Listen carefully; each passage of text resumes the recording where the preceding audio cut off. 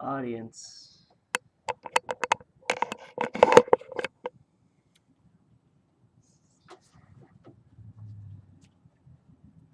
All right. How many of you would rather have would wake up at 9 instead of 7 to go to school? Yeah, me too. I'm going to be talking about starting school later for education, I guess. And I've done research over classes and whatnot, and I've also went to school for the majority of my life, so I understand what it is to wake up early, and I've seen what it does to the body through my classes. Um, evidence shows that um, waking up later for school shows higher grade and more participation into classes. Um, my main points that I'm going to do is the shift of the biological clock, the the the the high or the melatonin levels sending sleep signals to the brain, and also the higher rate of driving drowsy and like accidents and stuff. The biological clock shift, which is the body, is it shows that the teen's body uh, adjusts or it goes out of sync to the night and day cycle. Science News for Students says that uh, states often that after around puberty, the body is out of sync, and which causes teens to stay up later and also wake up later. So it causes it causes the problem of they're up earlier and they really kind of aren't paying attention as much. So um, when it comes to another point that is very important is the driving drowsy, and sleep education for school states that uh, teens are losing 1 to 3 hours of sleep per night, which over a week span is about 15 hours. And so with that, they are more sleepy, and so they trying to get to school can be much more dangerous than it normally would when they wake up later when they're fully alert, which also kind of relates to the biological clock shift, but more driving drowsy is an important factor all of itself, and it can be very dangerous for students and teens. The also another point that can really affect the drowsy driving would be the melatonin levels, and the melatonin levels really are keep sending sleep signals and from the brain like to the body to keep it so it's not fully awake up until that period of time, which is evidence shows about from 8:30 to 9:30. So around that time is when someone is fully awake, so to speak. So with that, it really kind of it hampers a lot of things. So I mean, when you're still getting sleep schedules, how are you going to be able to learn very effectively? Back to elaborate on most of these points.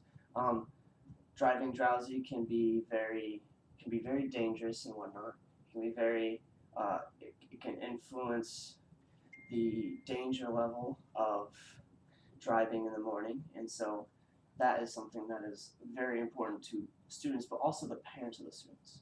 And so also melatonin levels that also affect the driving drowsy can also be very influential on the participation rate and the understanding rate of the students in schools, which are at this point not as high as they should be. And then to circle back to the first point, the biological clock shift, most students are staying up later, common, and then also staying up later means that they're not wake they're either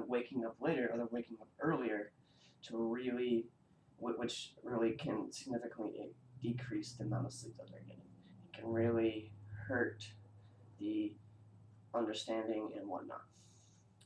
To help drill the melatonin level, I have this melatonin,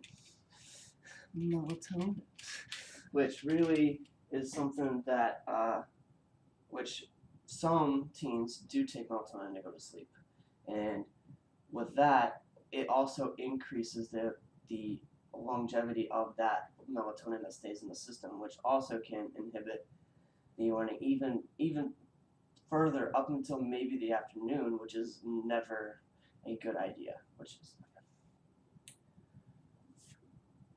to conclude, the biological clock shift is out of sync in the night and day cycle, which is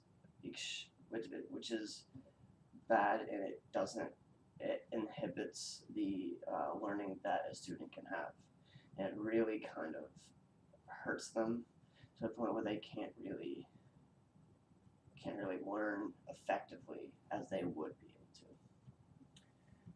The another point that I want to drill is the drowsy driving, which is something that is very important to parents and students alike, because driving when you're sleepy is extremely dangerous, even more dangerous than driving itself, which is still very, very dangerous itself. And so with this, if you move that time period back, it will really prevent the driving while sleepy, which can really help to prevent these kind of things from happening and help keep students safe. The melatonin levels are higher on teens when they're not getting enough sleep, so they're sending signals to say you shouldn't be awake yet. You need to sleep more, which hurts the students from sleeping or students from learning and understanding the topics. And all of these points are to really inform and persuade the people here to understand the really good points of moving school's starting time to later.